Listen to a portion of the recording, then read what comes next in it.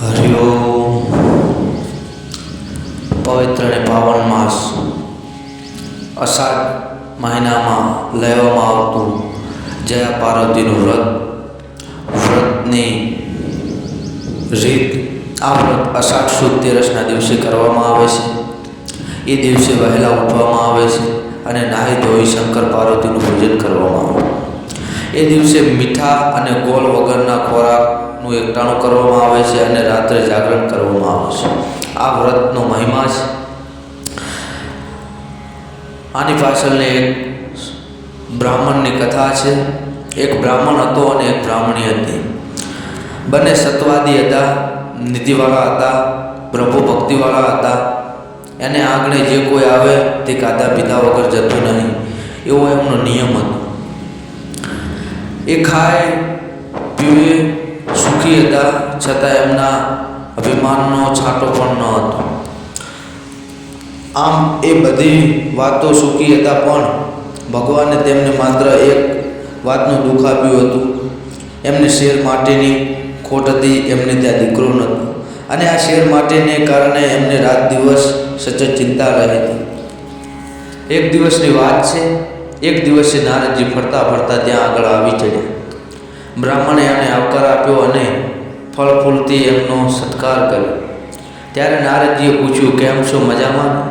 આ મુનિરાજ, આપની કૃપાથી આમ તો સુખી છીએ, પણ કહીને અટકી ગયા. એટલે નારદજીએ કહ્યું, પણ શું, કોઈ વાતનું દુઃખ છે?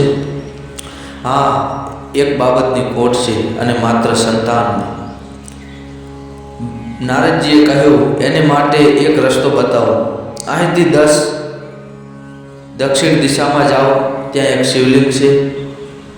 એ જંગલમાં હોવાથી તેની પૂજા કોઈ કરતું નથી. ત્યાં જઈને તમે જો શંકર પાર્વતીની પૂજા કરો, એક નિષ્ઠાથી પૂજા કરો, જરૂર તમારી મહાદેવ પ્રસન્ન થશે અને તમારી મનોકામના પૂરી કરશે. આમ કહી નારદજી તો ચાલ્યા ગયા અને બીજા દિવસે બ્રાહ્મણી તૈયારી કરી દક્ષિણ દિશામાં જંગલ તરફ નીકળ્યા. થોડા દિવસ તેઓ ભૂખ્યા અને તરસા મહાદેવના મંદિરની શોધમાં જંગલમાં રવડ્યા, પણ ક્યાંય એમને આવું મંદિર દેખાયું નહીં. એટલે આખરે તેઓ થાકી હારીને એક ઝાડ નીચે બેઠા અને વિચારવા લાગ્યા કે હવે શું કરવું. વિચાર કરતાં કરતાં એમને એમ લાગ્યું કે સામે ટેકરે દેખાય છે, તપાસ કરવાની બાકી છે. ત્યાં છેલ્લી તપાસ કરી જોયું, ત્યાં મંદિર ન મળો તો પછી ઘરે પાછા જઈએ. આમ વિચારી થાક ખાઈને તેઓ ટેકરા ઉપર ચડ્યા. ટેકરા ઉપર ચડીને જોયું તો ત્યાં આગળ એક નાનકડું મંદિર હતું. આ મંદિર શંકર પાર્વતીનું હતું. એક ખૂણામાં એમને રહેવાની ગોઠવણ કરી, પછી સ્નાન કરી તેઓએ પૂજા શરૂઆત કરી દીધી.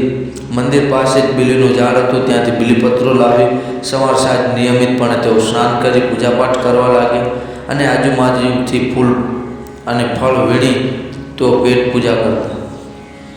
આમ કરતાં કરતાં 5 વર્ષ વીતી ગયા, પણ ભગવાન પ્રસન્ન થયા નહીં. એક દિવસ બ્રાહ્મણે ટેકરો ઉતરીને ફળ ફૂલ લેવા માટે જંગલમાં ગયો, પણ સાંજ પડવા આવી તોય પાછો ન ફર્યો. એટલે બ્રાહ્મણીને ચિંતા થવા લાગી. આથી તેઓ શોધવા ચાલી નીકળી. ટેકરો ઉતરી થોડોક દૂર ગઈ ત્યાં જેને પોતાના પતિને એક ઝાડ નીચે બેભાન પડેલો જોઈ અને પાસે આવી એક નાગ ફૂંફાડા મારતો. બ્રાહ્મણના પગના અંગૂઠામાંથી લોહી નીકળતું હતું. આથી બ્રાહ્મણને લાગ્યું કે ચોક્કસ મારા પતિને નાગ કરડ્યો છે.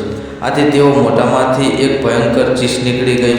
ત્યાં તો એણે 16 શણગાર સજીને સામે પાર્વતીને ઊભેલા જોયા.